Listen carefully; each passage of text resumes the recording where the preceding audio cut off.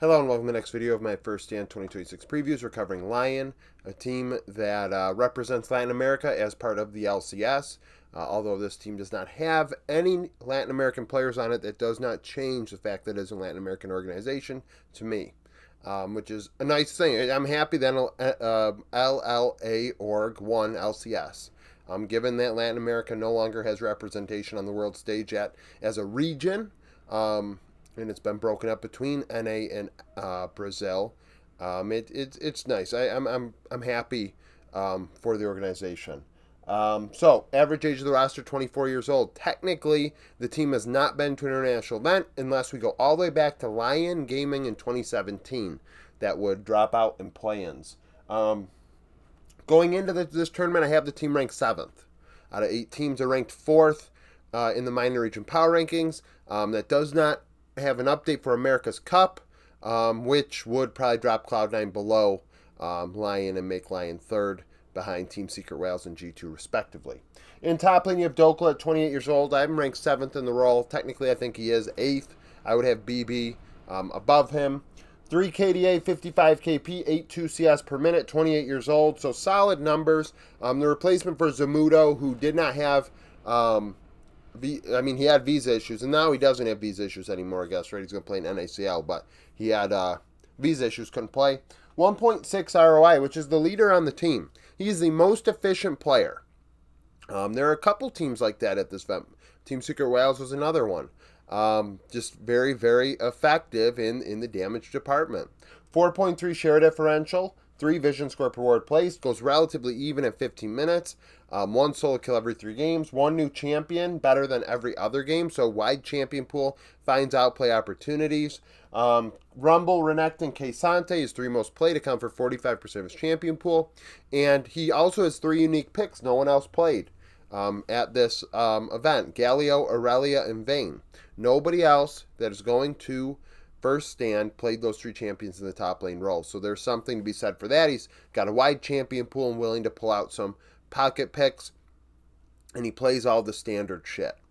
In the jungle, you have Inspired at 24 years old. Inspired is, I'd say, the best Western jungler in League of Legends. Skuman right after him, and Tatu also up in that conversation as well.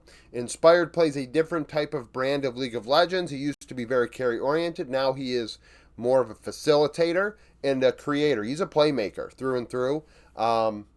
8 KDA. Doesn't die very much. And we got to think about this, right? So great KDA at an 8. 71 KP, 77 CS per minute, but a 0.91 ROI and a negative 5.8 share differential. What does that mean? He does not deal damage. He is creating. He's making things happen.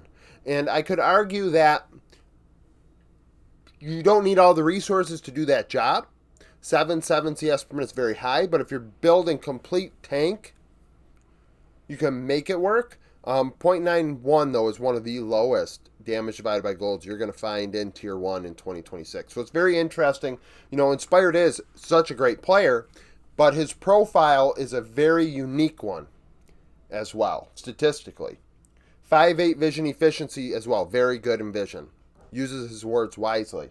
236 gold ahead of 15 minutes. Better than 1 solo kill every 8 games. 1 new champion, better than every other game as well. I have him ranked 6th in the role statistically. That would be behind Skuman, but I do have him above him in terms of actual standing in my own personal power rankings. J4, Nocturne Malphite, 41% of his champion usage, his 3 most played. Ornn, a unique pick, no one else played but him. Internationally, he's the most experienced. He's 40 wins, 52 losses. 2.7 KDA, 73 KP, 6.3 CS per minute, all set standard. Damage divided by gold, reflective of him as a player, about equal. Ahead at 15 minutes, 68 gold, 13 solo kills that we can track. But you're going to say 68 gold, that's not that great. Being a positive gold differential player from the West is significant, especially with that many games played internationally. That would make you say he can go toe-to-toe with Eastern junglers and be just fine. And he can. Inspired is certainly capable. In the mid lane, you have Saint at 21 years old. 6th in the role statistically. I have him behind Caps 4-4 KDA, 68 KP, 93 CS per minute. So the team definitely fights around the bot side, leaves Dokla kind of more on an island. 142 ROI, 2-2 share differential. Saint's the player that I expect more out of. I have a higher expectation for Saint than he's been putting out in his 2026. I thought last year with LYON, he was a big difference maker and kind of the only thing that was redeemable about the team. So for him to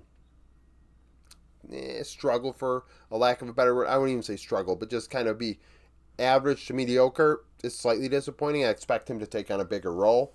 4 vision score per ward place is fantastic. I had 100 gold at 15 minutes. When you do the math with this team, 133, 232, 468, 440. This team on average has had 440 gold at 15 minutes. That's good. It's good. It's solid. Better than being behind 1,300 gold. Not as good as being ahead 1,300 gold, which is why the team is ranked where they are. Solo kills 1 every 5 games. 1 new champion every other game. Azir Ari Talia, 45% of his champion usage. A very set standard champion pool. Nothing special one way or another. Berserker, 22 years old, makes his return to the LCS and goes to an international event. He had a 6.8 KDA, 64 KP, 10.8 CS per minute. Very high resource. And it results in a 1.54 ROI. He probably would lead the team in damage divided by gold as an efficient player over a Dokla if he had a little less farm. But that's fine. High farm. Probably deals just as much damage as many other 80 carries. It just kind of scuffs the stats. And that's not a problem. It's just acknowledging how that might affect statistics. 5% share differential. He has given the team the most damage share relative to gold share, which is great. You want your 80 carry to do that. 295 vision efficiency, 467 gold ahead. I was wrong. That's 5%. This team's on average had much more gold. The bot lanes had 595. 595, 694. Yeah, this is totally different. They had like 950 gold at 15 minutes, which is much better than 400.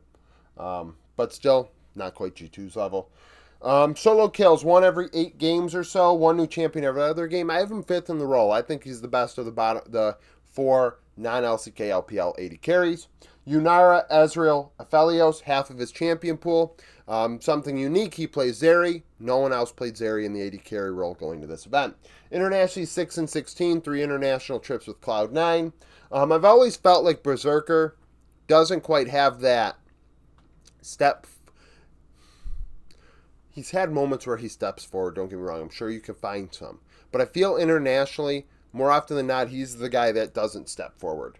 2-2 KDA, 57 KP, 9.4 CS per minute. I mean, 57 kill participation is very low. Cloud9 were not fighting around him in 2023 and 2020. No, 23, and it would have been 22 and 23. A young player, though, 22 years old now. He was 18, 19 years old then. Hopefully at this event he steps forward more. I'd like more aggression because a 106 ROI, even back then, is shit. It's terrible. It's unacceptable for an 80 carry of Berserker's level. I think he's got to step up at this event if LYON wants to have a chance. And really, against Loud, he has to, as far as I'm concerned. So that's a thing. Down 170 gold internationally, 3 solo kills. Isles at support, he's 25 years old, and surprisingly, he's been international before with OS. Not many people probably know that or pay attention enough to know that. Ranked 6th in the role statistically, 5.7 KDA, 71 KP, 0.75 ROI, very set standard support. Vision efficiency, not that great, just 204. We've seen a lot of 2.2s, even I think a 2.3 so far. 204 is better than what I would have had as my standard before, but now with the way things are, with the new way they're handling vision, it makes sense. I mean, it makes sense to expect more out of him. New champion every other game. Very enchanter based. So Lulu, Karma, Seraphine, half his champion pool, and he has not played any Rakan this year. Everyone else has. So that's the only player that has a nick against their champion pool is Isles. 3 and 5 internationally with Legacy in 2020 Worlds for OS. On that run, very passive. 2.4 KDA, 60 KP, 0.56 ROI, so didn't deal any fucking damage. I think it was like 120. I mean, then again, that was 5 years ago, but 6 years ago now. 167 vision efficiency, did not do very well with vision either. Rainover is the head coach. Rainover has been a coach at international events once. It was 2023 Worlds. Head coach. I hope I just said head coach, but it is head coach. For 2023 Worlds, Team Liquid, they went 0-2 and then 0-1 in best of ones and best of threes. So this is a return to the international stage as a coach. This team, I'd love to say that they could finish better than 7th, but statistically that's where I have them. And because North America shit the bed this past week, it is arguable that this team might not be that good. So, thank you for watching. If you liked the video, like it. Subscribe to the channel for daily League of Legends content. Follow me on Twitter. Join the Discord. Become a YouTube supporter. And hope to see you again tomorrow.